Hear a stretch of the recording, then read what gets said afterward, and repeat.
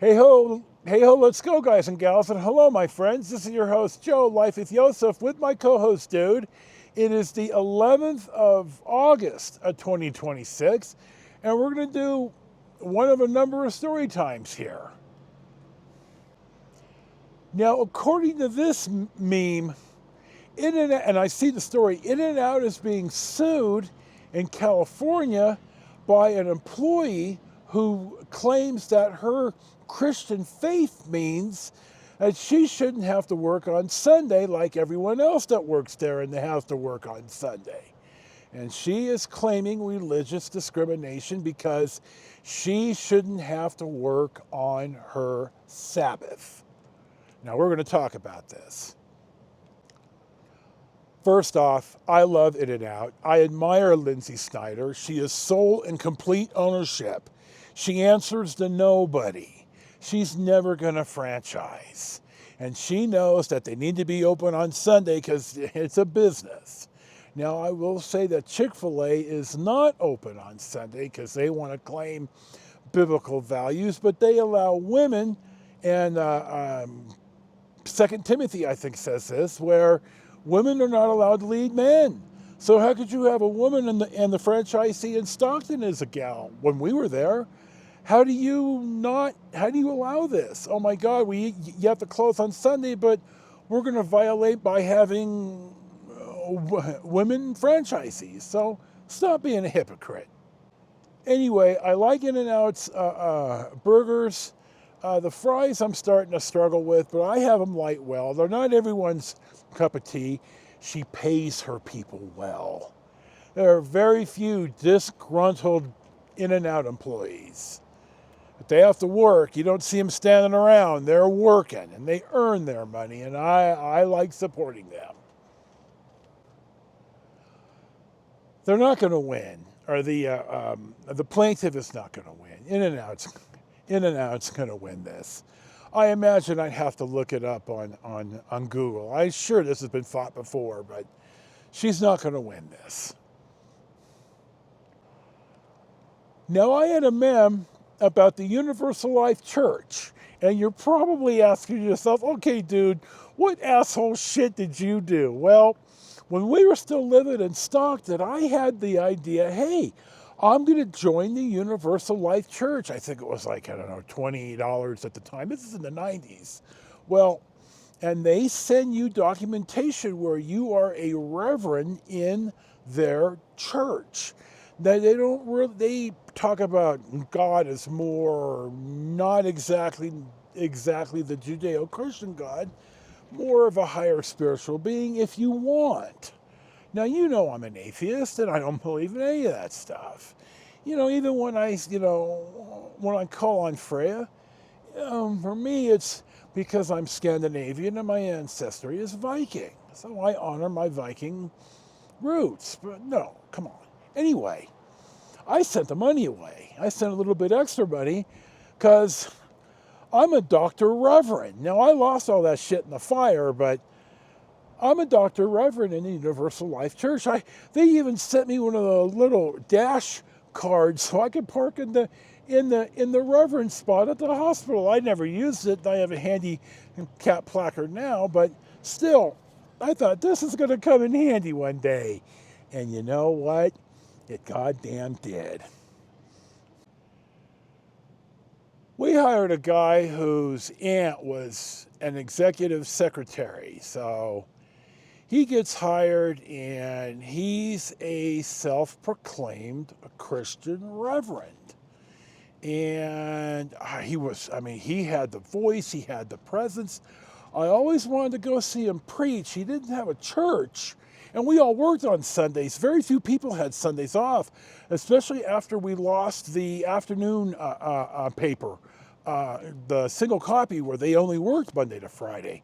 At the end of my time, the only true Monday to Friday job was mine, and it was one of the 2 Wall Street jobs. Anyway, Sunday's the biggest day. You had Sunday off if your days off rotated. And when I was in home delivery, I did have rotating days off. When I managed a 431 and 457. When I got to transportation and then,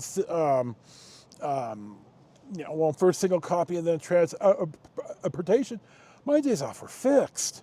And then when I got back at the casual list, that was something else, but we all worked Sundays. Well, my reverend friend had to go back to the casual list because we had we had the cutbacks. So when you lost your full-time job, you were not laid off per se. You went to the casual list. Now you could argue that that's a constructive dismissal, and if you went from 40 hours to no hours, I think in California you could still file for unemployment. In fact, when we were going to have to take a week off without pay, like the supervisors did, we all just basically said, well, we're going to file for unemployment, and if you don't do it in seniority order every time, reverse seniority order, if somebody under me works and I don't, I get to grieve and win. So we put that shit to rest. But we're all going to file for unemployment because we're off for the week. So my reverend friend is back on the casual list, and he starts to pressure our department head, not Phil, not Tom, but Melvina.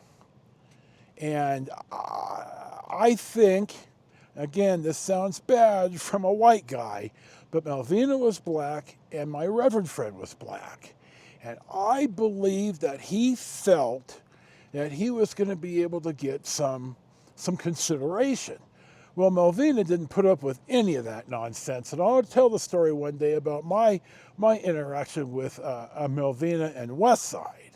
But we'll come back to that another day.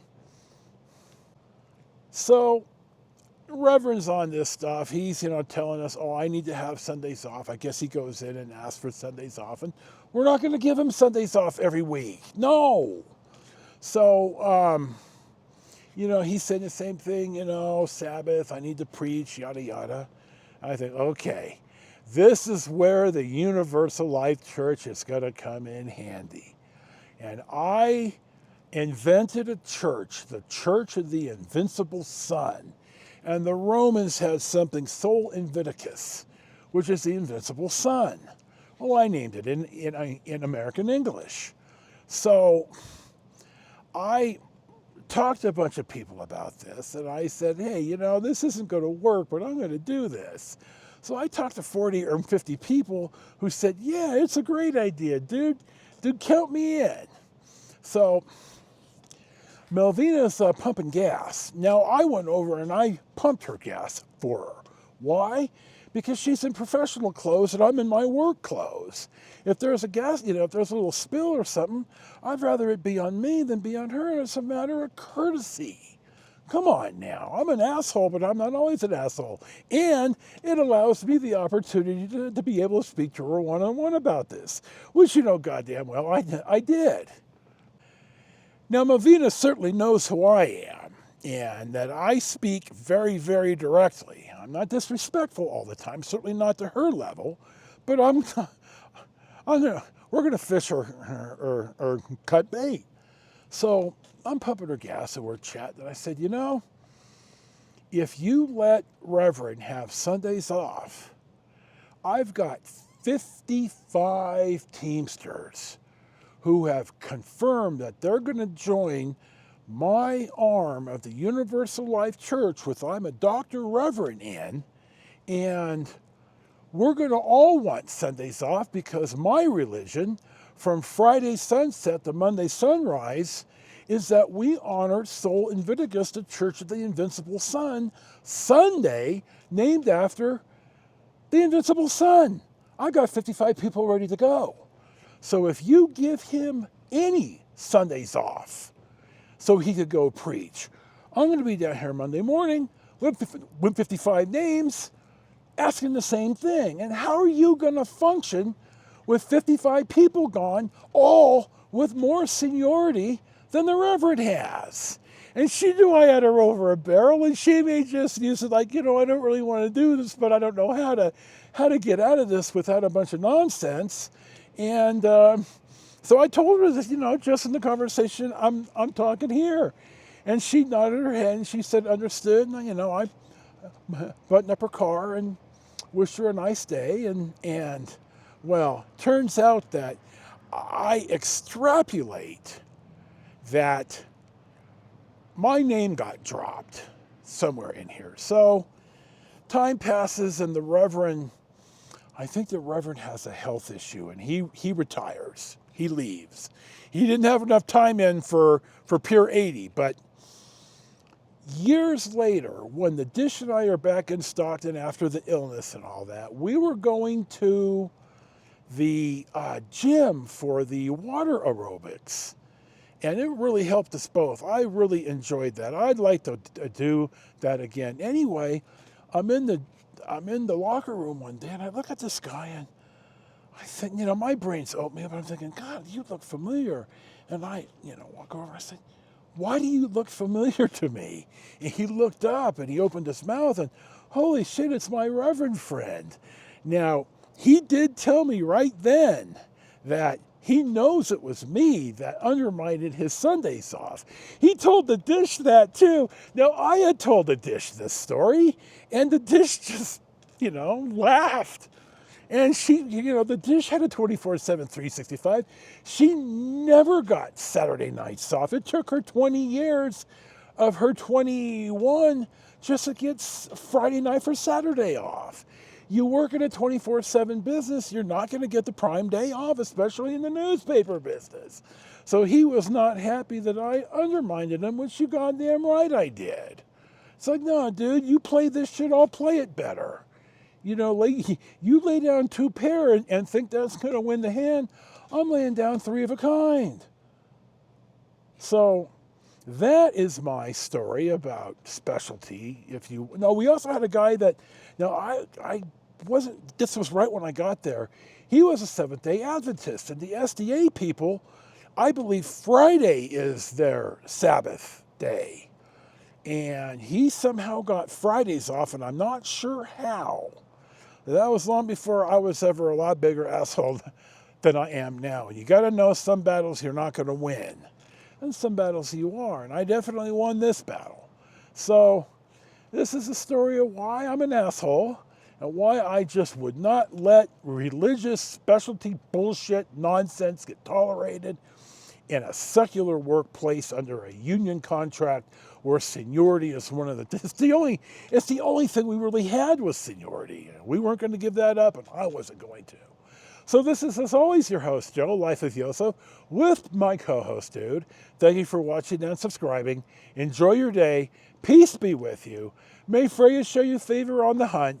I'll spare you the rest of the clothes, and we'll see you for the next one.